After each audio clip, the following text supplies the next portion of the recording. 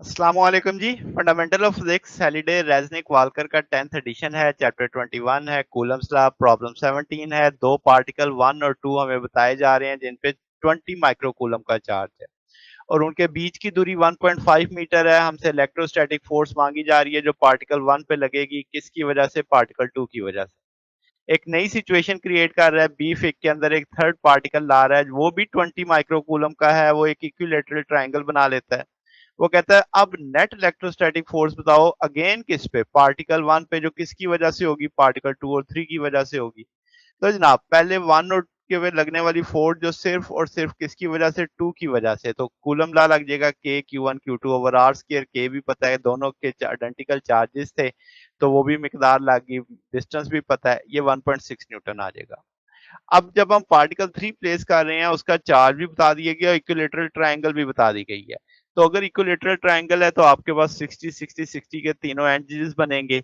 अब उसने हमसे कहा कि पार्टिकल 1 की जो 2 और 3 पे लग रही है, तो इसका मतलब 2 जो फोर्स लगाएगा 1 पे, 3 जो फोर्स लगाएगा 1 पे।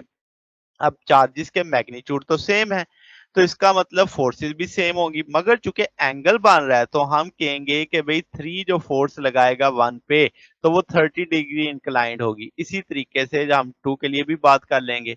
तो मैं इसको फोर्स को उसका y कंपोनेंट लूंगा, यानी x कंपोनेंट बैलेंस कर देंगे एक दूसरे के, यानी 2 जो फोर्स लगा रहा है 1 पे उसका x कंपोनेंट और 3 जो फोर्स लगा रहा है 1 पे उसका x कंपोनेंट एक दूसरे को बैलेंस कर देंगे। हम सिर्फ y कंपोनेंट लेंगे जो एक दूसरे को सपोर्ट करेंगे। तो वो आपके पास 2, आपके पास के क्यू क्यू दोनों के चार्जेस सेम थे, जिसे हम क्यू से मेंशन कर सकते हैं, उनके बीच की दूरी को आर से। और cos 30 क्यों? क्योंकि इक्विलेटरल ट्रायंगल है, 30 ऊपर हो जाएगा 30 नीचे हो जाएगा, तो हमारे पास 3 से 1 तक की ये एक हिस्सा बनेगा। तो 2 टाइम कर दिया, 2 टाइम क्योंकि 2 की वजह से 1 पे फोर्स और 3 की वजह से 1 पे फोर्स आइडेंटिकल है, एक सिमेट्री के कंसेप्ट से। तो वो हमने 2 ट्वाइस करके सारी वैल्यूज प्लेस कर दी हैं, तो ये 2.77 न्यूटन आ जाएगा।